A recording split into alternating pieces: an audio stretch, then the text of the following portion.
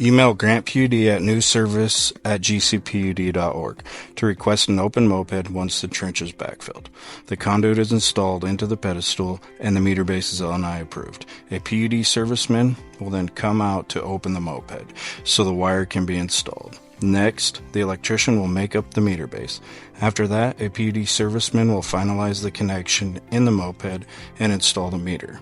Once your home is energized, if a temporary meter is present on site, our servicemen will disconnect and remove it, completing your open moped meter installation.